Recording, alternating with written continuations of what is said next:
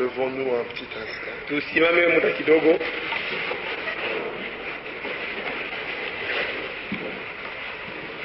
Prions. Tuombe.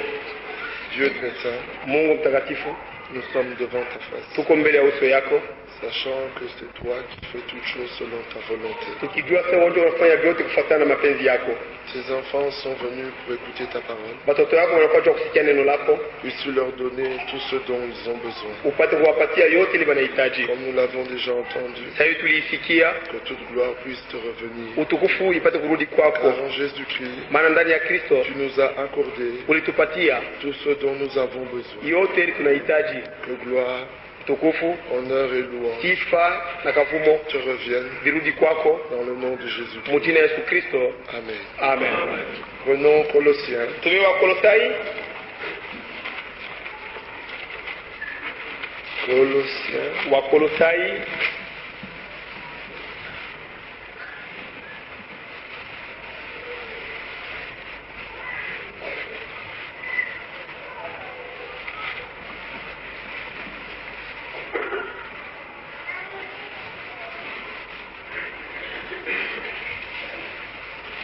commençons au verset 15.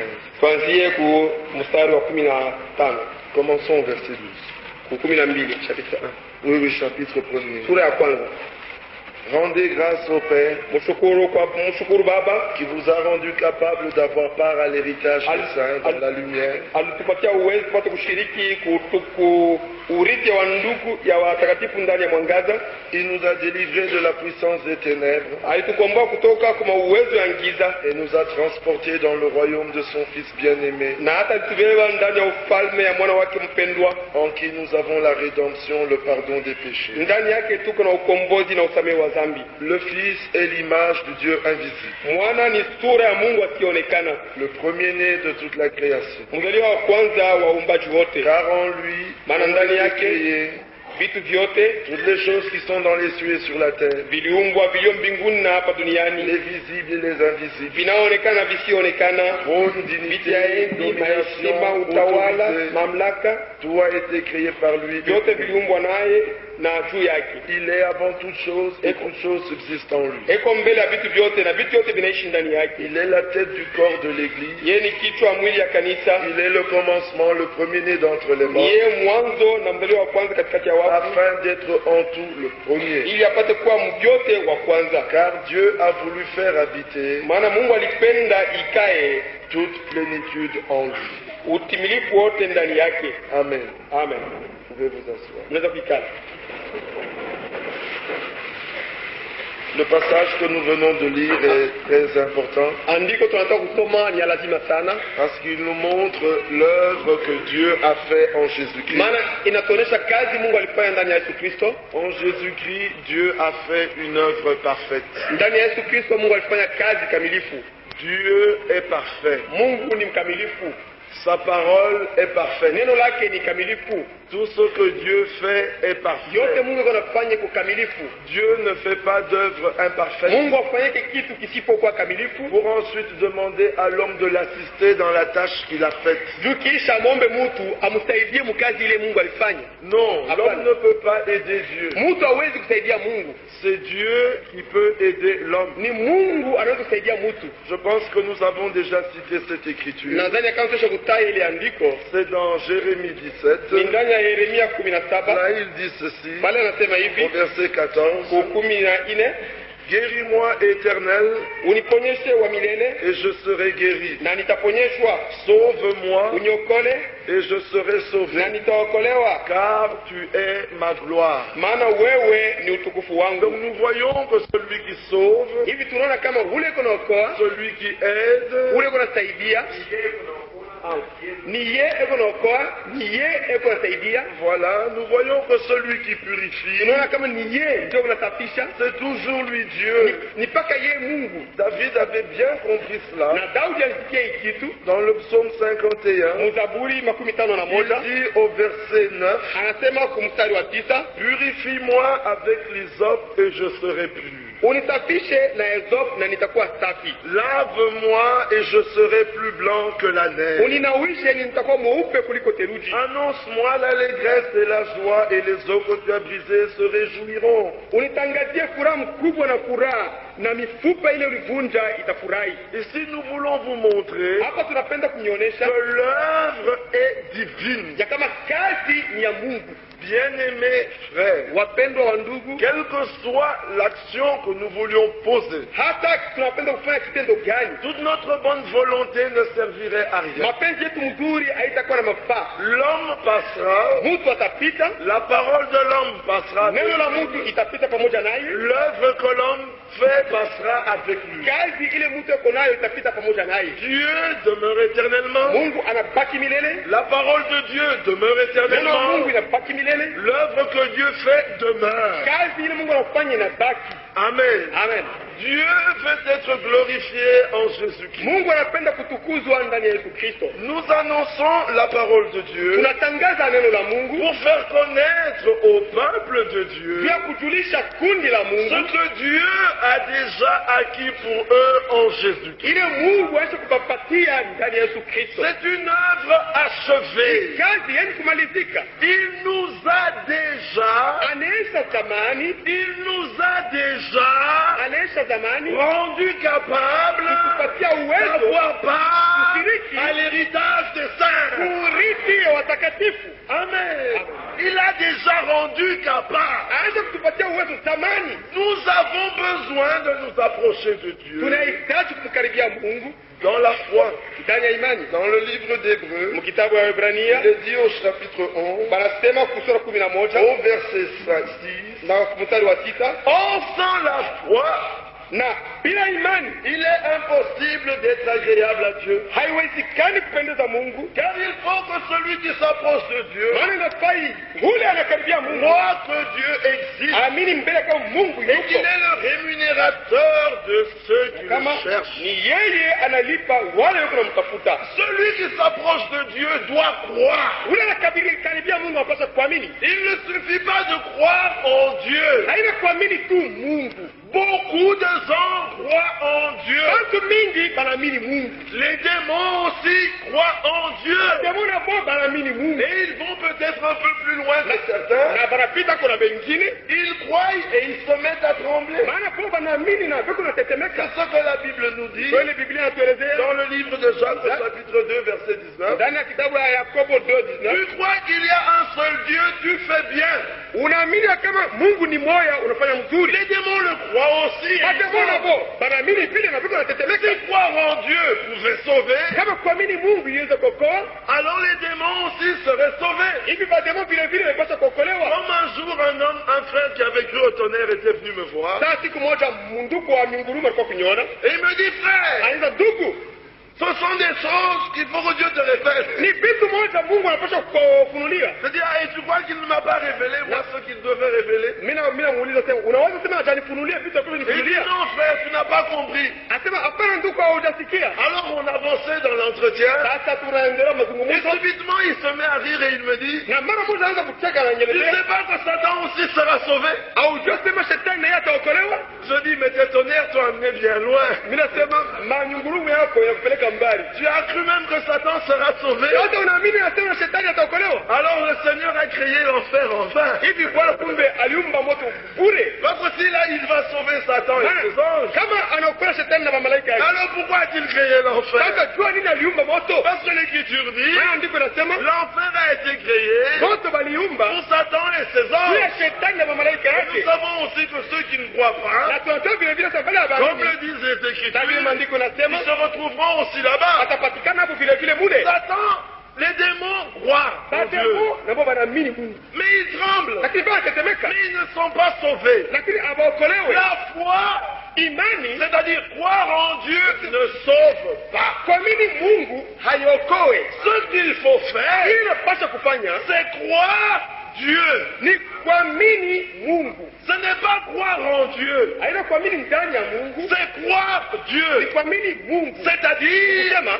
croire ce que Dieu dit. kuamini ile Mungu anasema. Parce que la Bible dit dans 1 Maana Jean, Biblia inasema ndani ya Yohana wa kwanza, nous sommes au chapitre 5, tuko ku sura ya et au verset 10, na mstari wa 10, celui qui croit au Fils de Dieu a ce témoignage en lui-même. ule anaamini mwana wa Mungu na ushuhuda hii ndani yake, Celui qui ne croit pas Dieu lakini ule anaamini Mungu le fait mentant. anamfanya kuwa mwenye kuwa na uongo. Celui qui ne croit pas ce que Dieu dit Ule bana kuamini ile Mungu anasema fait de Dieu un menteur. anamfanya Mungu wa bongo. C'est comme si je vous disais quelque chose Iko sawa mimi nimeelezea kitu et que vous me dites ce n'est pas vrai, vous ne croyez pas. na unanieleza kama haina kweli Alors vous awamini. faites de moi un menteur. Sasa unanifanya mimi kuwa mtu wa bongo. Celui qui ne croit pas ce que Dieu dit Ule bana kuamini ile Mungu anasema fait de Dieu un menteur. anamfanya Mungu kuwa wa bongo. C'est pour ça que nous avions vu hier et Ni avant-hier. kwa sababu hii tuliona jana na jana kutwa. Oh, si vous pouviez entendre ma voix, Na kama mningisikia sauti yangu, n'endurcissez pas votre cœur. msifanye moyo wenu kwa mgumu. C'est-à-dire, ne doutez pas de ce que Dieu dit. Msima msisite na kubisha yule ile Mungu anasema. C'est là le péché, c'est l'incrédulité. Sio dhambi ile kutokuamini. Le péché, ce n'est pas boire. Dhambi haina kunywa Ce pombe. n'est pas commettre adultère et tout le Haina reste. kufanya busharati na vingine. Cela n'est que la manifestation de ce que vous ne croyez pas. Ile tu inaonesha ya kama auamini. Quand votre cœur n'est pas correct devant Dieu, Wakati moyo wako ainyoroke mbele ya ces Mungu, choses-là vont se manifester. vile vitu vitaonekana. Mais maintenant, Dieu veut que nous puissions croire à sa parole. Sasa Mungu anapenda tuamini neno lake. Alors nous avions commencé disant que dans la parole de Dieu, il y a tout ce que Dieu veut. Na hivi tulianza na kuonesha kama ndani ya neno la Mungu muko yote ile Mungu anahitaji. L'œuvre de Dieu est parfaite. Kazi ya Mungu ni kamilifu. Et l'homme qui entre dans la présence du Seigneur Na mtu anaenda mbele ya uso wa Bwana sera rendu parfait. atafanywa kuwa mkamilifu. Et déjà, Na zamani il est parfait. yeye ni mkamilifu. Amen. Amen. Mais seulement la manifestation de cela, Lakini kionyesho ya ile mambo c'est quelque chose que Dieu doit réaliser. ni kitu Mungu anapaswa kutimiza. Alors bien aimés frères, Sasa hivi wapendwa la wangu, Bible dit dans le livre de Timothée, Biblia inasema ndani ya kitabu cha 1 Timothée chapitre 1er, Timotheo wa kwanza sura ya au kwanza verset 5, utano, le but de ce commandement, kifukuzio ya hii amri c'est un amour venant d'un cœur pur, ni mapendo kutoka kwa moyo une safi, bonne conscience dhamiri mzuri et d'une foi sincère. na imani moyo Nous kunyoroka. avions déjà vu Tulikuwa tunaisha kuona que Dieu touche le cœur Mungu anagusa moyo et il veut purifier le na cœur, anapenda kusafisha moyo, placer sa parole dans le cœur kuweka neno lake ndani ya et moyo, ensuite venir lui-même habiter dans ce na cœur. kisha yeye mwenyewe akuwe ikale ndani ya moyo Dans le huu. Proverbe au chapitre 4, Ndani ya Methali 4 il est dit, imesemewa, garde ton cœur plus que toute autre chose, chunga moyo wako kuliko vitu vyote, parce que c'est de lui que vient. maana ni moyo ndio La unatoka vie. uzima. Nous devons garder notre cœur Tunapaswa kuchunga moyo wetu. et veiller à ce que cela est au verset 20 jusqu'au verset 23. Ile mambo iko ku 22 na 13.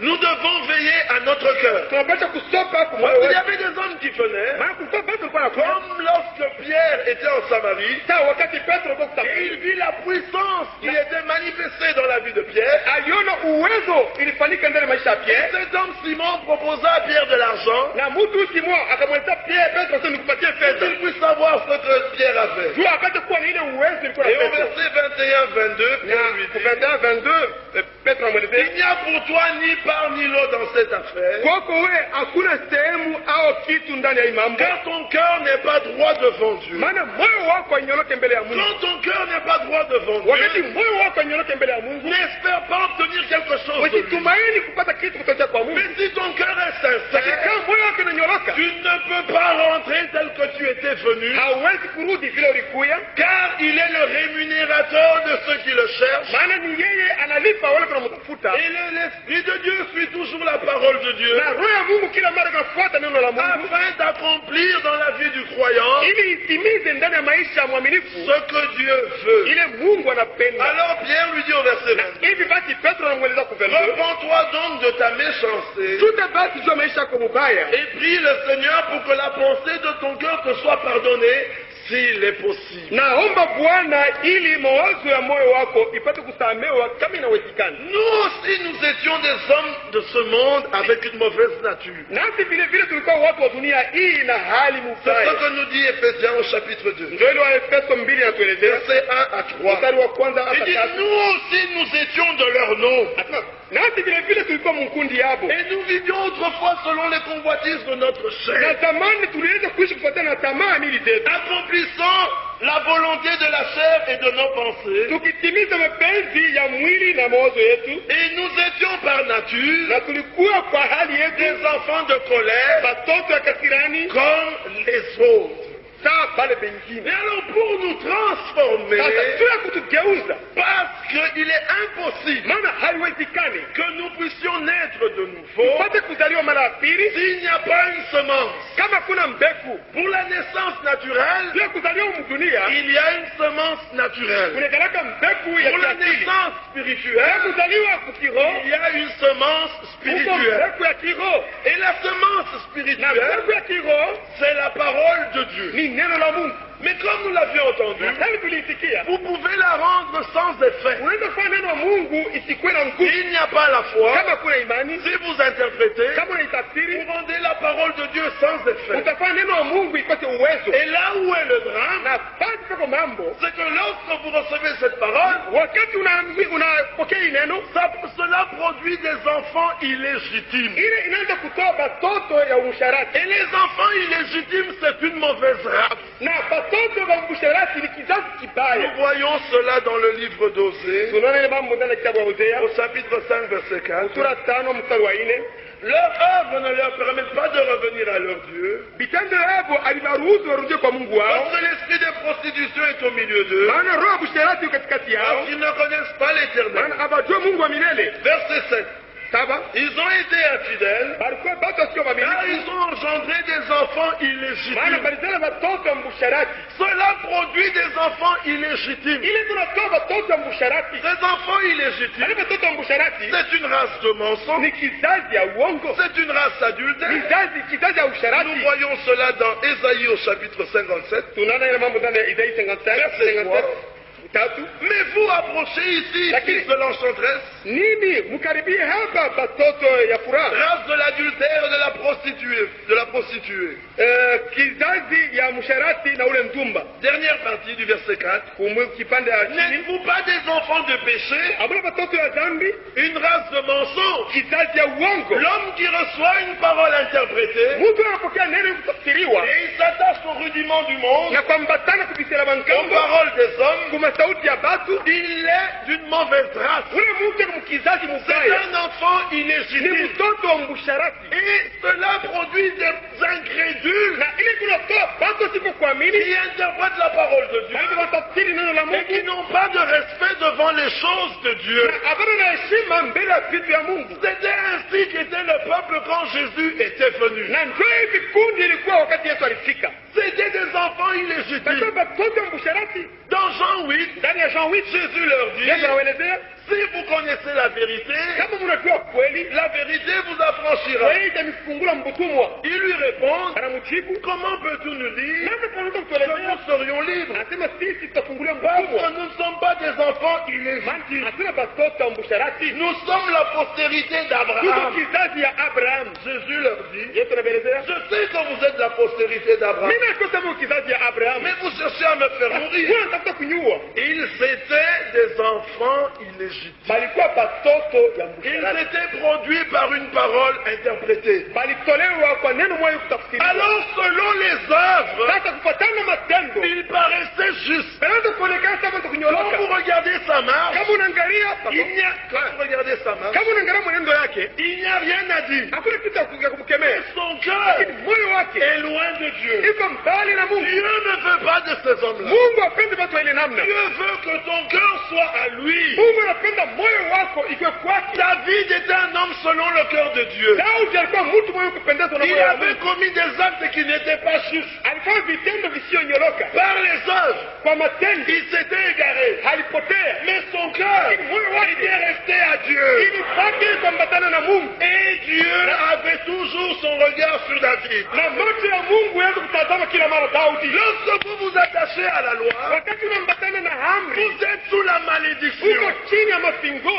Parce que Christ Maana Kristo nous a détachés de la loi. alitutukuna kusheria. Amen. Amen. Nous ne sommes plus sous la loi. Hakuna tena chini ya sheria, Nous sommes sous la grâce. tuko chini ya neema. Romains chapitre 6. Waroma 6, L'Écriture dit dans Romains, andiko nasema au chapitre 6, ndani ya Waroma 6 verset 14, mstari wa 14, car le péché n'aura point de pouvoir sur vous, maana dhambi yetu kuna uwezo yulu yenu, puisque vous êtes non sous la loi, maana muko sasa haina chini ya sheria, mais sous la grâce. lakini chini ya neema. La loi agit Sheria inatenda sur celui qui est sous la loi. yulu na ule chini ya sheria, Mais celui qui est sous la grâce, ule chini ya neema, le péché n'a plus de pouvoir en lui. dhambi ina uwezo yulu yake. À Golgotha, Golgotha quelque chose de merveilleux a été fait. kitu moja majabu kilifanywa. Jésus était le premier-né de la nouvelle création. Yesu alikuwa mzaliwa wa kwanza wa uumbaji. Il était de la race de Dieu. Alikuwa mkizazi ya Mungu. Nous avons entendu que Adam était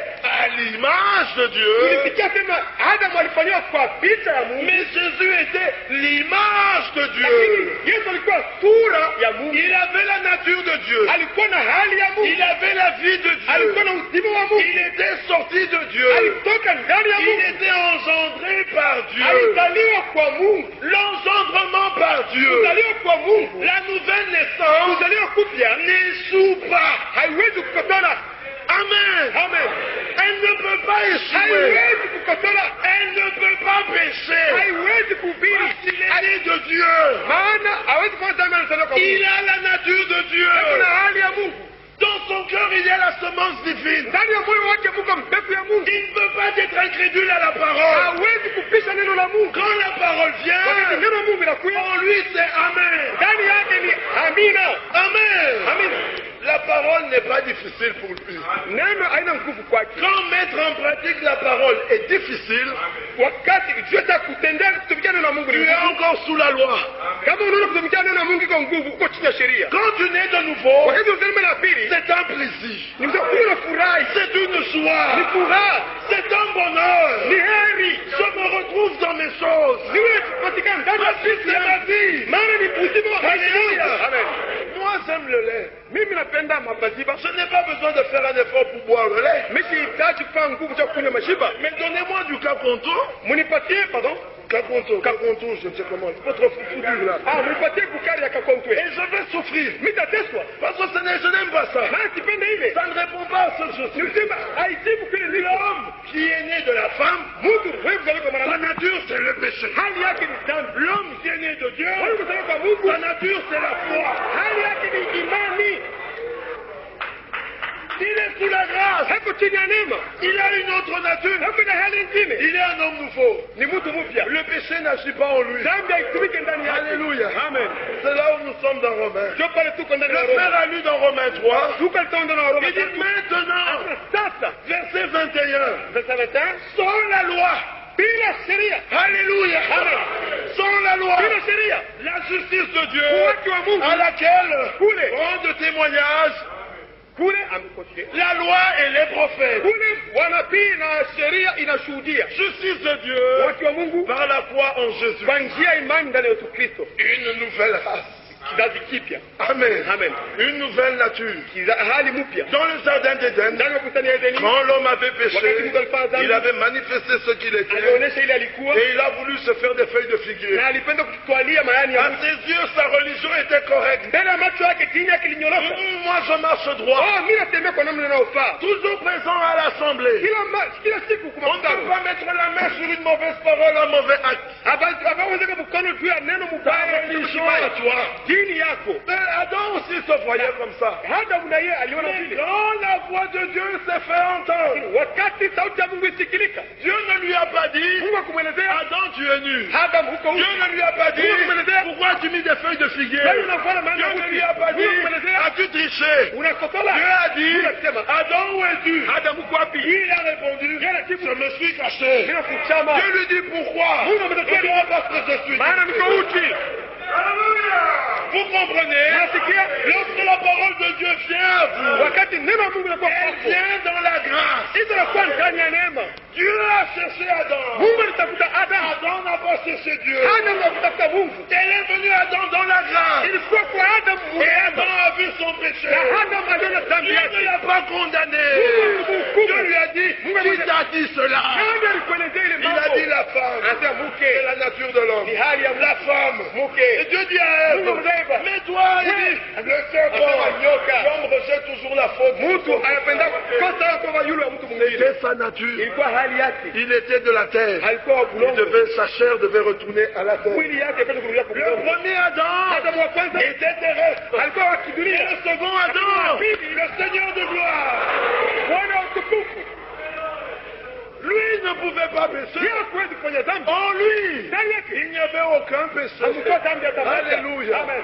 Satan a regardé sur toutes les coutures. Shetani anaangalia vitu yote. Il était parfait. Alikuwa mkamilifu. Dieu lui-même a regardé Mungu mwenyewe anaangalia la première fois sur la terre. mara ya kwanza kwa Depuis dunia. Adam Tangu Adam jusqu'à Jean-Baptiste, hata kwa shamba il n'avait rien dit. hakusemaka kitu. Mais quand Jésus vint au Jourdain Yesu alisema et qu'il fut baptisé, Dieu parla du haut des Mungu cieux. akasema kutoka mbinguni.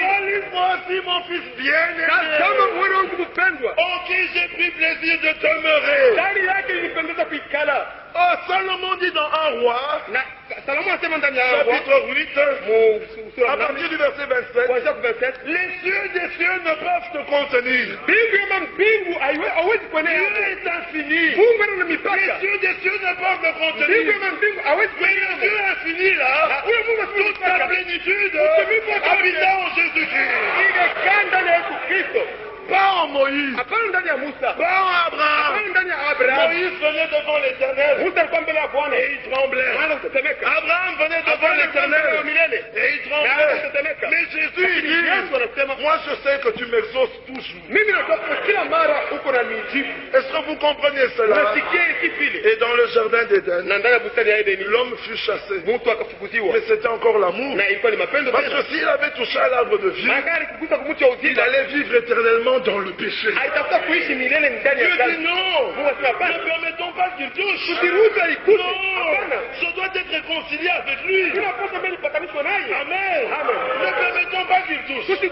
Tusiruhusu aiguse. Dieu lui a ôté sa religion. Mungu anamtosha dini yake. Ce soir, nous voulons vous ôter votre religion. Angalia kitu Mungu mitosha dini Et yake. Dieu a offert l'animal. Na Mungu alitoa Il a fait couler le sang. alimwaga damu. Et lui-même a habillé Adam et Ève. Na yeye mwenyewe alimfika Adam na Il a Eva. dit maintenant vous êtes habillés. Na sasa mnavala. Lui-même. Yeye mwenyewe. Pas Adam. Hapana Adam. Pas toi. Hapana wewe. Dieu lui-même. Mungu yeye mwenyewe. Et il chassa Adam du jardin Na d'Éden. akafukuza Adam toka bustani ya Et Edeni. la route fut fermée. Na njia ikafungwa. Et la mauvaise race continuait à se reproduire. Kizazi kibaya kinaendelea.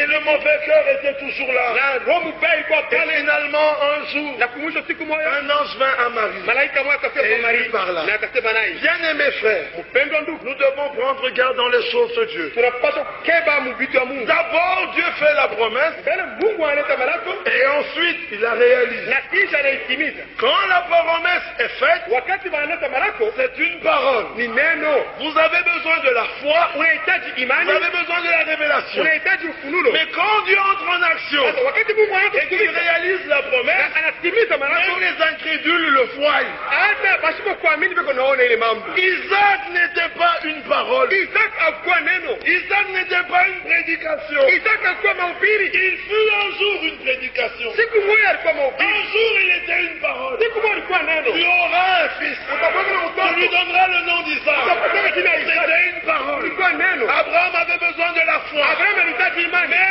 au temps de Dieu, Lakini wakati ya Mungu, pas par l'effort d'Abraham, hapana kwa nguvu ya Abraham. au temps de Dieu, Wakati ya Mungu, quand Dieu voulut, wakati Mungu le alipenda, Saint-Esprit Saint, Roho Mtakatifu Sarah akakuja. fut enceinte. Sara akapata Et mimba Isaac naquit. na Isaac akazaliwa. Amen. Amen. Ce n'était plus une prédication. Haikuwa tena mahubiri, C'était une réalité. ilikuwa kitu likamata. Alléluia. Amen. Il dit voici la promesse Asema tazama malako. que Dieu m'avait Ile faite. Mungu alinipatia Isaac. Isaac. Une réalité. Kitu karibu kukuta na Les mikono. hommes veulent la foi, Tangu unapenda imani. alors que Dieu veut la réalité. Mungu anapenda kitu ya kukuta na mikono. Alléluia. Amen. Un jour, Jean-Baptiste, Siku moja Jean Baptiste c'était une promesse. alikuwa malako. C'était une parole. Alikuwa ni neno. je vous enverrai nitamitumia le messager devant ma face. mjumbe mbele yangu. C'était une parole écrite. Alikuwa neno yenye kuandikwa, Mais un jour, lakini siku moja elle fut prononcée par un ange ikatolewa na malaika à Zacharie. kwa Zakari. Ça devenait la parole parlée. Sasa ikakuwa neno yenye Et la kusemewa parole parlée à la vie. na neno yenye kusemewa kuna Est-ce que uzima. vous comprenez? Amen. La lettre n'a pas de vie. Andiko neno la Mais uzima, la parole parlée à la vie. neno yenye kusemewa Les kuna paroles uzima. que vous entendez Maneno mnasikia sont esprit et vie. na uzima. Élisabeth fut enceinte. Elisabeth akapata mimba. Les gens regardaient. Watu wanaangalia, On dit, mais on dirait qu'il y a un changement. iko saa anageuka. Alléluia. Amen. Élisabeth n'a pas jeûné. Elisabeth akufunga Elle maombi, n'a pas veillé. akukesha, Elle n'a pas prié. akuomba. La parole elle-même Neno yenyewe a produit quelque chose. ilitoa kitu. Quand elle priait, Wakati alikuwa anaomba, c'était pour dire ilikuwa cha kusema gloire à Dieu. utukufu kwa Mungu, Parce que tu as accompli ta maana parole. unatimiza neno Elle lako. était enceinte. Alipata mimba. Un changement se faisait en elle. Sasa kubadilika kunaonekana Si ndani vous yake. recevez la parole, Unapokea neno, un changement va se faire. mabadiliko itaonekana. Un jour, Siku moja Jean-Baptiste fut une réalité. Jean Baptiste alikuwa kitu aligusa na mikono. Dieu avait promis la venue du Messie. Mungu alilaka sema Masia atakuja. C'était une parole. Ilikuwa ni neno, Mais un jour, lakini siku moja cette parole devint ile réalité. neno kwa kitu aligusa na mikono. Marie leur a dit, Maria alielezea, elle a dit à Joseph, akamwambia Joseph, l'ange m'est apparu. malaika anaonekana kwangu. Joseph lui a dit, Joseph ana yeye c'est anasema, vrai ce que tu me dis là? ilo anyeleza ja Frère, kweli. c'était difficile. Ndugu ilikuwa Un homme avec une fiancée, mtu na mchumba et wake, juste au moment où il veut la prendre, na wakati asema mwingine la kunyumba, fiancée vient lui dire, mtume wao mwelezea, ah, j'aurai un enfant. oh mitapata mtoto. Joseph lui a dit, Joseph anasema, comment cela se fera-t-il? namna kanini mambo itafanyika? Il a dit, ah, l'ange m'a parlé.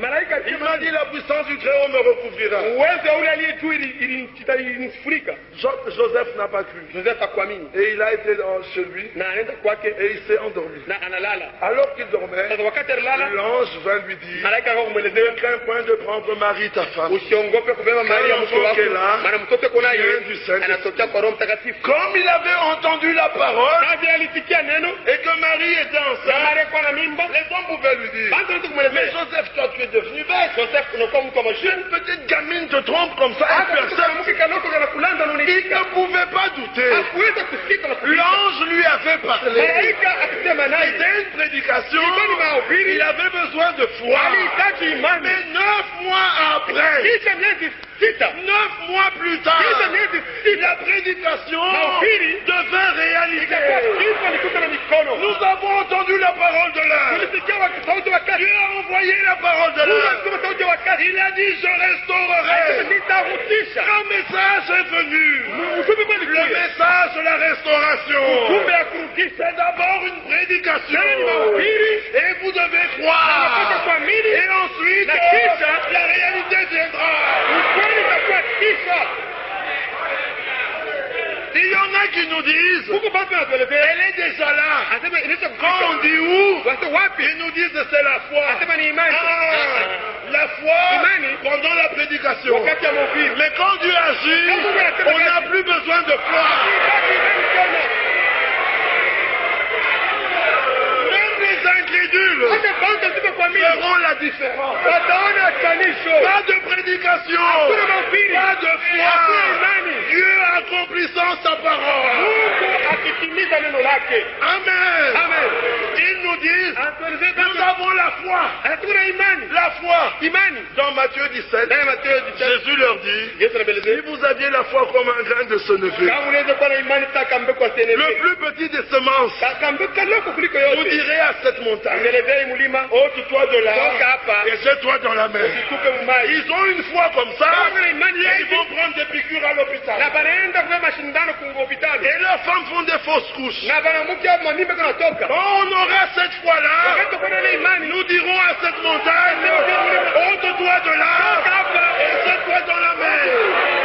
Réalité. mambo ya Je kweli. n'aurai pas besoin de prier. Sitahitaji kuomba. Hapana. Je parlerai la parole. Nitasema neno. D'abord la promesse, Mbele malako vous devez croire. unapaswa kuamini. Et au temps de Dieu, Wakati ya Mungu. pas en mon temps, Hapana wakati yangu. pas en ton Hapana temps. wakati Ce yako. ne sera pas un homme qui vient te dire, Haitakuwa mtu atakaye nous kuelezea. sommes dans la restauration. Oh, sisi kurudishwa hapana. Sur toute la terre, Kwa dunia nzima. en même temps, Wakati moja moja. Dieu restaurera. Mungu atarudisha. Alléluia. Amen. Il est le Dieu de sa parole. Ni Mungu wa neno lake. Nous avons besoin, comme Marie te dit, Unahitaji sana Maria qu'il kusema me soit fait selon ta parole. ifanyike kufuatana na neno lako. Joseph pouvait donner de bons conseils. Joseph alikuwa kama sauti. Marie ne dort pas comme ça. Maria usilale hivi. L'enfant devait naître. Mtoto alikuwa mzaliwa. Joseph pouvait dire, ne cours pas. Usikimbie. Elle ne servait à rien. Alikuwa na mafaa. Même si elle courait, Hata kama alikimbia. l'enfant allait naître. Mtoto alikuwa mzaliwa. Pourquoi? Kwa nini? Parce que Dieu l'a dit. Maana Mungu alisema. Quand Dieu parle, Wakati Mungu anasema, la chose existe. kitu kikwapo. Amen. Amen. Sans effort de l'homme. Bila nguvu ya mtu. Il y a des promesses Kuko malako. que nous devons croire. Hiyo tunapaswa kuamini. Si tu crois, Kama unaamini tu seras guéri. utaponyeshwa. Ça dépend de ta foi. Hata inafuatana na imani yako. Si tu crois, Kama unaamini il te sera fait selon ta foi. itafanyika kufuatana na imani yako. Ile itafuata imani yako. Mais il y a des promesses Kuko malako que tu crois uamini ou que tu ne crois pas, usiamini elles vont s'accomplir. itatimizwa. Que vous croyez Muamini ou que vous ne croyez au pas, usiamini. Jésus-Christ reviendra. Yesu atarudi. Ce ne sera pas une prédication. Haitakuwa mahubiri. Ce ne sera pas la foi. Haitakuwa imani. Ce sera la réalité. Itakuwa mambo ya kweli. Nous le verrons. Utamuona. Ce ne sera pas en Amérique Haitakuwa kwa Amerika ou en Inde. au India. Ce sera dans les cieux. Itakuwa mbingu. Alléluia. Amen. Et nous irons à sa rencontre. Na tutaenda kukutana naye. Ce n'est pas une Haina prédication. mahubiri. Ce sera une réalité. Itakuwa mambo ya kweli. D'abord la parole, Mbele neno. elle doit être crue. Inapaswa kuiamini. Ensuite Dieu réalise. Kisha Mungu anatimiza. Amen. Amen. C'est comme avec l'œuvre de salut. Iko sana kazi ya wokovu. C'était une promesse. Ilikuwa ni malako. Je vous enverrai. Nitamitumiaka. Quoi? Nini? Je viendrai moi-même. Itakuwa mimi Et mwenyewe. je vous Na sauverai. nitamiokoa. C'était encore une prédication. Ilikuwa tena ile wakati kwa mahubiri. Comme c'était une prédication, Wakati ilikuwa mahubiri, il devait croire. walipaswa kuamini. Seigneur, Bwana, fais que je prenne part à cela. fanya nipate kushiriki kwa ile mambo. Seigneur, Bwana, accorde-moi cela. unipatie ile mambo. Tant que c'est la prédication, Wakati ingaliki mahubiri, vous avez besoin de la foi. unahitaji imani. C'était d'abord une Ile prédication. ilikuwa ni mahubiri. L'homme avait été chassé du jardin Mungu d'Éden. alimtosha mbustani ya Edeni. Et dans Hébreu Na 9, ndani wa Waebrania la 9, Bible nous dit, Biblia inatuelezea après que l'homme ait été chassé du jardin d'Éden, kisha mtu kufukuzwa mbustani ya Edeni, lorsque Dieu demanda à Moïse wakati Mungu alimuuliza de Musa faire un tabernacle, afanye hekalu selon ce qu'il avait vu dans les cieux, kufuatana ile aliona mbingu, il lui dit de mettre un voile, akamwelezea aweke pazia, il lui dit de mettre un voile akamwelezea kuweka pazia devant le Saint des Saints. mbele ya takatifu ya La watakatifu. Bible dit ceci, Biblia inasema hivi dans Hébreu chapitre 9, ndani ya Waebrania 9 il est dit là au verset 3, mstari wa 3, derrière le second voile kumkonga pazia ya se pili trouvait la partie du tabernacle kulikuwa sehemu ya hekalu appelée le Saint yeye des kuitwa Saints. takatifu kabisa. Vous avez compris, Mnasikia? quand l'homme avait été chassé dans le jardin Wakati d'Éden, mtu alifukuzwa mbustani ya c'est Edeni, dans Genèse au chapitre ndani ya Mwanzo 3, sura 3, lisons cela, some ile mambo à partir du verset 20, 21 et 22, kuanzia kufika kufika 22. Dieu fait le sacrifice pour homme, Adam et Ève. Mungu anafanya sadaka juu ya Adam na Eva. Et au verset 23, Na kufika l'Éternel Dieu le chassa du jardin d'Éden kwa vile Mungu akafukuza toka pour mbustani qu'il ya Edeni, cultive la terre d'où il avait été pris. juu barime bulongo muli balitokaka. 24, c'est ainsi qu'il chassa Adam Namna hiyo alifukuza Adam et il mit à l'orient du jardin d'Éden na akaweka mashariki ya bustani ya les Edeni. chérubins qui agitent une épée flamboyante Makerubi batenkesha mupanga ya makali ya kuangala pour garder le chemin de l'arbre de vie.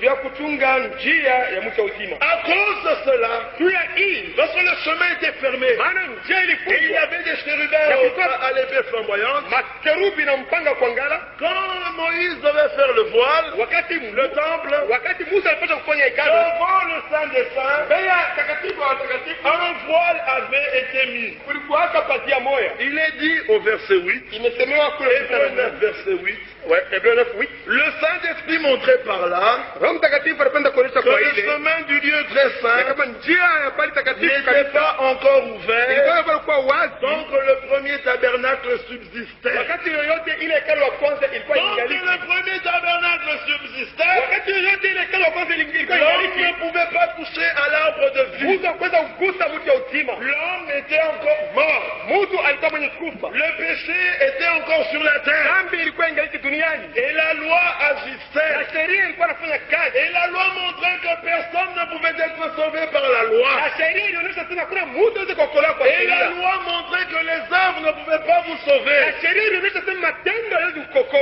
Et la loi montrait par cela Na sheria ilionyesha kwa ile qu'il fallait que Dieu lui-même entre en scène. ilifanya Mungu yeye mwenyewe aingie mkiwanja. La loi démontrait Sheria ilionyesha que si Dieu n'entre pas, kama Mungu yeye anakuja tu es mkiwanja perdu. unapotea. L'homme était séparé. Mtu alitengwa. L'homme était loin de Mtu Dieu. mbali na Mungu. Et il lui avait été donné un substitut. Na balimpatia kitu cha kubadilisha. C'était le sang des taureaux. Ilikuwa ni damu ya ng'ombe. La loi était un pédagogue Sheria ilikuwa ni mwalimu. qui devait enseigner les hommes Alipaswa kufundisha bantu à aller vers Christ. bende kwa Kristo. Mais les hommes ont fait de la loi Sasa bado kwa le sheria but principal de leur vie. kifukuzio kikubwa ya maisha yao. Et ils se sont attachés à la loi Na waliambatana na et sheria. ils étaient sous la loi. Wamekuwa chini ya sheria. Et un jour, Na siku moja une vierge bikira conçue, akapata et mimba elle enfanta un na fils. akazaa mtoto mwanaume. C'était un homme Alikuwa ni mtu comme mwanaume. vous et moi. Kama wewe Il sasa. était né Alizaliwa sous la loi. chini ya sheria. Il était né Alizaliwa d'une femme. kwa mwanamke. Mais il n'était pas juif. Lakini hakuwa Myuda. Il n'était pas arabe.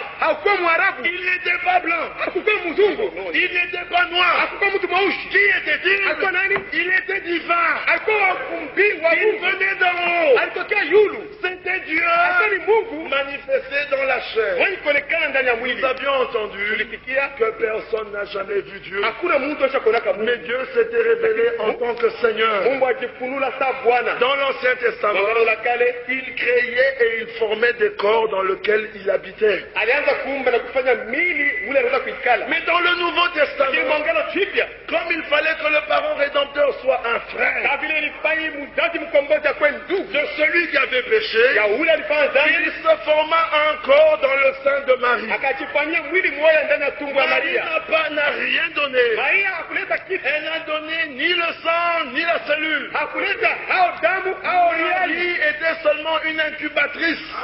Maria alikuwa tu C'était simplement un lieu où on avait déplacé la semence. ni fasi tu waliweka mbegu, Mais elle n'avait pas produit la semence. lakini hakutoa mbegu. Marie n'était pas la semence. Maria hakukuwa mbegu, La semence était dans Marie. mbegu ilikuwa ndani ya Et Maria, Jésus était la lakini semence. Yesu alikuwa mbegu. Ceci est très important. Kitu hiki ni cha mafaa Quand sana. nous arrivons là-bas plus tard, Sasa tunafika kule kisha Marie était porteuse. Maria alibeba tu. Marie n'était pas la semence. Maria hakuwa mbegu. Marie hapana. n'a pas donné Maria la semence. kuleta mbegu C'est hapana. Dieu qui a donné Ni la Mungu semence. ndio alileta mbegu. Et lorsque Jésus naquit, Na wakati Yesu alizaliwa et au Jourdain nous l'avons na entendu, kuyordani tuliisikia, Dieu vint Mungu habiter akakuya kuikala ndani yake. en venant dans le monde. Wakati alikuwa mdunia, Hébreu 10, Waebrania 10 au verset 5. mstari wa 5, C'est pourquoi Christ entrant dans le monde dit, ni kwa sababu Kristo akiingia ndani ya il dunia n'a voulu anasema ni sacrifice ni offrande. haukupenda au sadaka au Il matoleo, a formé un corps. ulinifanyia.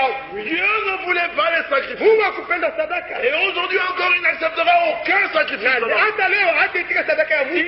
Il avait formé un corps Alifanya mwili moya pour Jésus. juu ya Yesu, Et un jour, na siku moya il monta à Golgotha. akapanda ku À Golgotha. Golgotha, il n'était pas monté seul. Ku Golgotha hakupanda peke yake, Non. hapana. Il a commencé par le jardin de Gethsémane. Alianzia mbele mbustani ya À Gethsemane. Gethsémane, Gethsemane il a bu la coupe. alikuya Il a dit, kikombe. Père, si tu peux retirer cette coupe, Baba, kama inawezekana tosha kikombe, mais pas ma volonté, isikwe mapenzi mais ta yangu, volonté. lakini mapenzi yako. La Bible dit, Biblia inasema il a ôté nos péchés. alitosha dhambi zetu, Pour qu'il monte avec nos péchés à la croix, kuwa pande na madhambi yetu kumsalaba. il fallait qu'il les porte. Ilifai mbele ya Mais ibebe, pour les porter, sio kuibeba. il fallait qu'il les enlève. Ilifai aitoshe. Pour que mon frère porte ma chemise, Juu ndugu yangu avale shati il yangu, faut qu'il m'enlève ma nakwambia chemise. nimutoshe shati. Sinon, il ne peut pas la porter. Kama simutosha Avant shitaitwala. que Jésus porte nos péchés, Kama ya Yesu kubeba dhambi il zetu, devait les alipaswa enlever. kuitosha.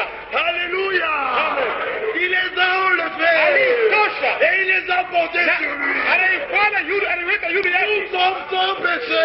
Tuko bila dhambi. Il les a portés. Alibeba. Et il est allé à Na Golgotha. alienda kukokota. Il a souffert. Aliteswa. Il a été frappé. Alipigwa. La Bible dit, Biblia inasema, Ésaïe 53 dit, ile 53 inasema, il a plu à l'Éternel ilimpendeza wa milele de le faire souffrir et de le frapper. kumuteswa na kumupika. Le coupable devait mourir. Ule wakosa alipasha kufa. Ah, et Jésus était devenu le coupable. coupable. Na Yesu alikuwa mwenye kosa. Il avait porté le péché. Alibeba dhambi. Mais il donnait sa vie en sacrifice. Lakini anaanza kutoa uzima wake sasa. La colère de Dieu était toujours là. Kasirani ya Mungu ilikuwa Et pale. à Golgotha, Golgotha, la Bible dit, Biblia inasema ceci est merveilleux. ya kitu hiki cha Alors maajabu. que les hommes le critiquaient, Wakati bado tena et mkimanga l'insultaient, kumchambula, lui il était yalikuwa silencieux. pale kimya. Et il les regardait Na tous. alikuwa anawatazama wote. Et il les regardait. Alikuwa anawatazama Et wote. les autres continuaient. Na bado anza kuendelea Et kusema. même les brigands se mirent à l'insulter. Na hata wale wanyang'anyi wakaanza Mais kumtukana. un des brigands, Lakini mmoja wa wale cela wanyang'anyi c'est dans Luc, iko ndani wa Luka au chapitre 23. 23, Vous pourrez lire ça à partir du verset 39. unaweza kuisoma kuanzia 39. L'un des brigands lui dit, Mmoja wa wanyang'anyi akasema, dis à son frère, akamwambia ndugu yake, ne crains-tu pas Dieu? hauwezi kuogopa Mungu? Toi tu subis la même condamnation que lui. Wewe unapata hukumu moja naye. Pour nous c'est justice, nous méritons ce que nous Kwetu avons sisi fait. hii hukumu tunaistahili, maana Mais celui-ci, lakini huyu il n'a rien fait. hakufanya kitu. Et il dit à Jésus, Na akamwelezea Yesu, souviens-toi de moi utanikumbuka quand tu viendras dans ton règne. pale utakuyaka muutawala wako. Jésus le regarda. Yesu akamtazama. Maintenant nous lisons entre les lignes. Sasa tunasoma katikati ya Lui mistari. dit à Jésus, Yeye anamwelezea Yesu, souviens-toi de moi quand unikumbuke tu viendras dans ton règne. wakati utakuyaka ndani ya utawala Dans le wako. règne. Muutawala. Jésus le regarde et lui dit, Yesu anamtazama na kusema, n'as-tu pas compris? hausikie? Pas quand je viendrai dans Haina ton pale règne. nitakuyaka. Aujourd'hui même. Leo hapa, leo. Aujourd'hui même. Leo. Alléluia. Amen. Pas quand je viendrai Hapa dans pale mon règne. nitakuyaka muutawala. Mais aujourd'hui, Leo. quelle œuvre avait-il faite? Kazi gani alifanya? Il avait cru. Aliamini. Il avait cru de tout son cœur. Aliamini kwa moyo wake wote. Jésus lui dit, Yesu anamwelezea, ce n'est pas quand je haina viendrai, pale nitakuyaka. mais aujourd'hui. Lakini leo. Pourquoi? Kwa nini? Jean 19. Jean 19. Nous sommes dans Jean 19, Tuko ndani ya Jean 19 au verset 28. kumstari wa 12. Après cela, Kisha ile Jésus qui savait Yesu ule alijua que tout était consommé, asema yote limalizika, dit afin que l'écriture soit accomplie. akasema tu andiko J'ai itimizwe. soif. Ninasikia kiu. Jésus regardant, Yesu akatazama, il vit que toutes les promesses s'étaient réalisées. akaona kama malako yote ilitimizwa. Il vit que toute la loi, Akaona kama sheria yote il avait obéi. ilimutii. Il vit que toutes les exigences de la loi, Akaona sema yote vile sheria iko il naomba les avait réalisées. alivifanya. Il vit qu'il avait déjà porté le péché sur lui. Aliona sema alikuwa kubeba dhambi. Maintenant il regarde Sasa anatazama et il voit na anaona qu'il ne restait plus rien à faire. akukubakia tena kitu ya kufanya. Voyant qu'il ne restait plus rien, Kisha akaona sasa kubakia tout kitu était consommé. yote vilimalizika. Il dit j'ai soif. Anasema nasikia kiu. Il restait 2 versets. Kulibaki maverse mbili. Il dit j'ai soif. Nasikia kiu. Et on lui donna à boire. Na akampatia Il maji cracha. na akasema, Une écriture s'était accomplie. andiko moja litimizwe. Alors il éleva la voix. Sasa akapaza Au sauti. verset 30 et il dit Tano matendo na sauti. tout est accompli. Yote imekwisha. Oh, il dit tout est accompli. Wakati yote imekwisha. Il rendit l'âme. Akatoa nafsi Le yake. voile se déchira. Pazia ikatoka. Alléluia. Amen. L'homme était réconcilié avec Dieu. Alipatanishwa na Mungu. L'homme pouvait rentrer dans la présence de Dieu. Mungu aliweza kurudi mbele ya uso wa L'homme Mungu. pouvait prendre l'arbre de bien manger. Mungu aliweza kuvuta uzima na Que kula. le péché avait été ôté. Maana dhambi ilitoshwa. Paul, regardant cela, Paulo akisha kutazama na dans 1 mambo. Corinthiens 15, Ndani ya 1 Corinthiens il 15. dit, oh mort, Oh nuku. où est ton aiguillon? Mshana wake kwa L'aiguillon de la mort, sindano ya c'est luku. le péché. Dhambi. Il dit, mais le péché, Dhambi. sa puissance, Uwezo yake. c'est la loi. Sheria. Mais la loi a été brisée. La grâce est venue. Le péché a été ôté. Nous sommes sauvés. Alléluia. Le salut Wokovu. vient sur la base Iko juu ya msingi. de l'œuvre que Jésus a accomplie. Ya kazi ile Yesu Une alitimiza. œuvre parfaite. Kazi kamilifu. Une œuvre achevée. Kazi yenye kumalizika. Alléluia. Amen. Il rendit l'âme. Akatoa nafsi Le voile fut déchiré. na patia ikapasuka. Les pharisiens vinrent Mafarisayo et wakakuja sur le foin. na wakafuata. Bien-aimé, Wapendwa, le voile est déchiré. patia ikapasuka. Pourquoi voulez-vous le recoudre? Kwani mnapenda kuishona tena?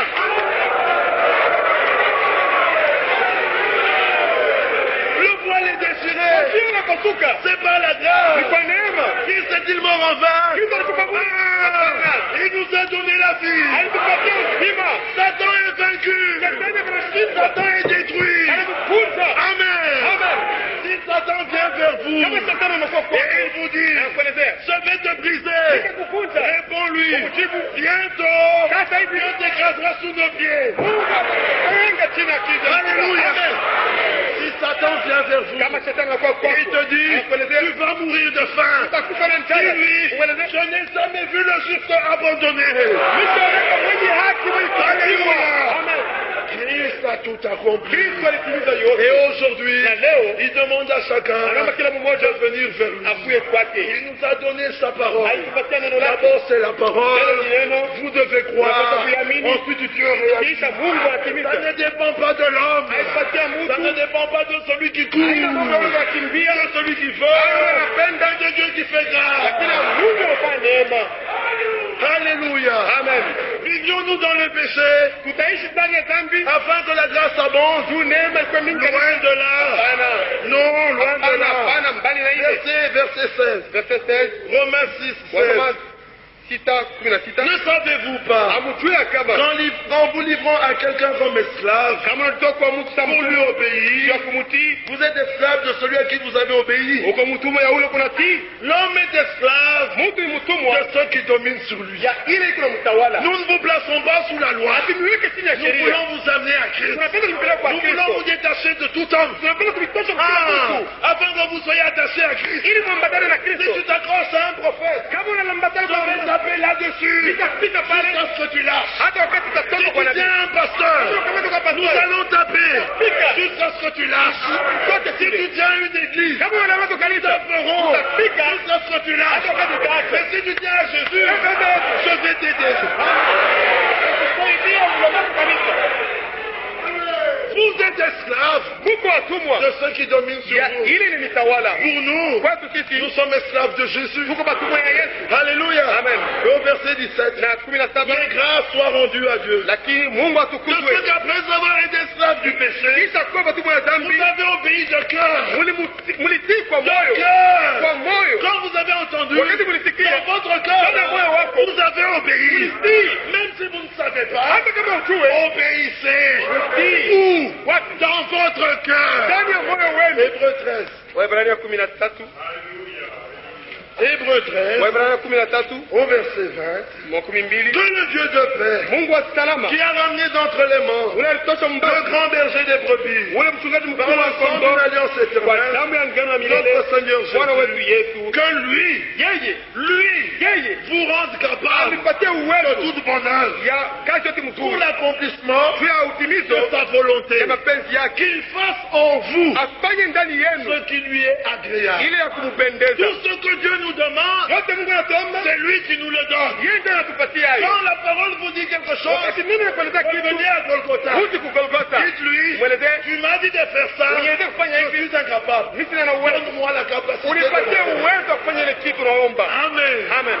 As-tu péché? Ulifanya dhambi? Là où tu es, Basi huko. dans ton péché, Ndani ya dhambi yako. regarde à Golgotha Angalia kugolgota. et dis, Nasema, gloire soit rendue à Jésus. Mungu Yesu atukuzwe. Aujourd'hui, Leo nous sommes devenus esclaves tunakuwa batumwa de Jésus-Christ. ya Yesu Kristo. Nous ne nous appartenons Hatuna tena plus. pepo kitu Mais wenyewe. à Golgotha, Lakini Golgotha, il nous a arrachés. Alitutukuna. Il y a eu une lutte. Kulikuwa vita. Quand on dit arracher, Kama hata ce kutukuna n'est pas prendre. haina kubeba. Non, Hapana. il y a eu une lutte. Kulikuwa vita. Il y a eu une Kulikuwa épreuve. vita, ni Une ukatili. épreuve de force. Ya nguvu. L'adversaire tirait, Oui, et lui tirait.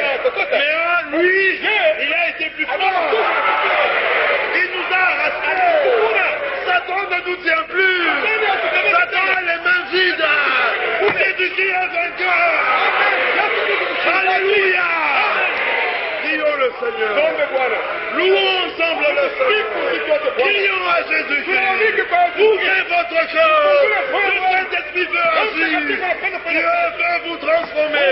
Il veut baptiser du Anapenda Saint-Esprit. kuwabatiza kwa Roho Mtakatifu. Prions le Seigneur. Tuombe Bwana. Tous ensemble. Sisi wote pamoja.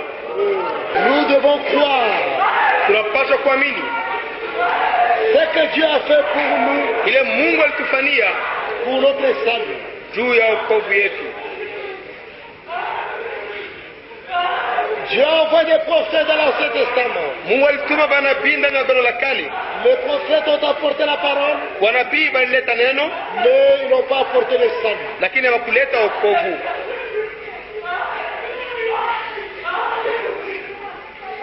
Dieu a donné la loi. Mungu alileta sheria. La loi n'a pas apporté le salut. Sheria haikuleta wokovu. Pour que Dieu puisse nous sauver, Ili Mungu apate kutokoa, il a envoyé son Fils Jésus-Christ. alituma mwana wake Yesu Kristo. La Bible dit, Biblia inasema c'est une parole certaine ni neno la hakikisho et entièrement digne d'être reçue.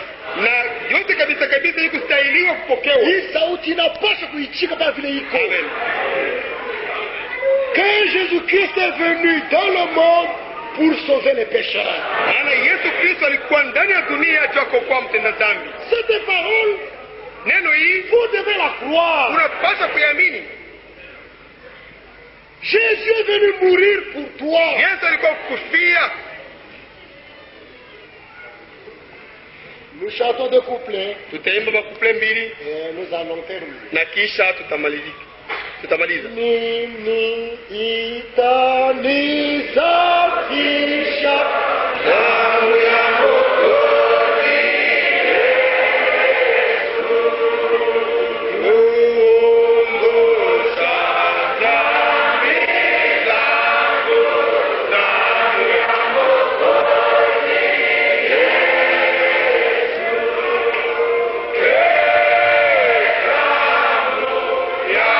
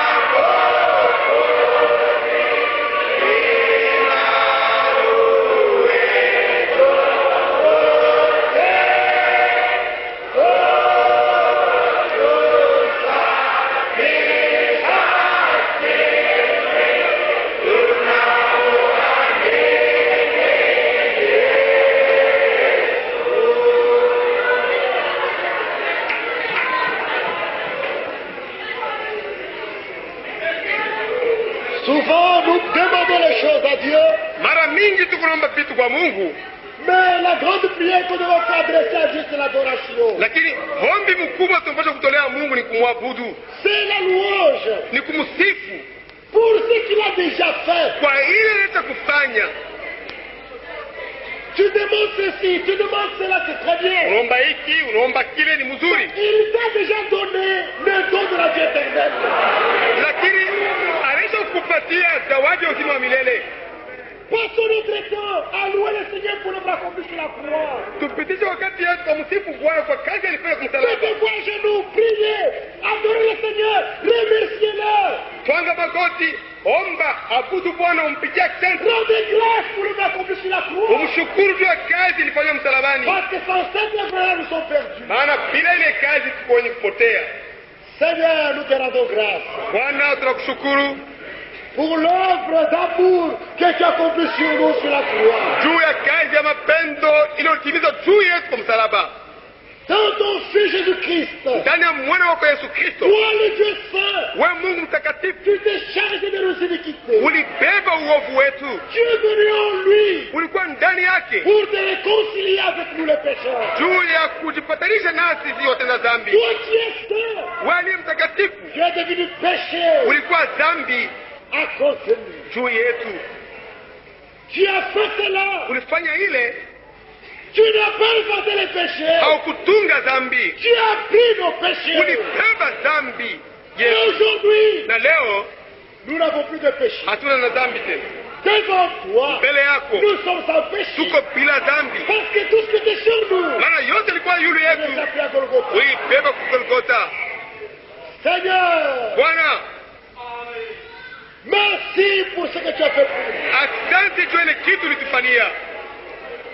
Moïse ne l'a pas fait. Musa hakufanya ile kitu, Abraham ne l'a pas fait. Abraham hakufanya ile kitu, Jusqu'à tes jours, hata kufika ton leo prédicateur ne peut le faire. hakuna mhubiri hata mmoja Toi kuifanya. seul, Wewe peke yako tu devais le faire. ulipasha kufanya ile kitu.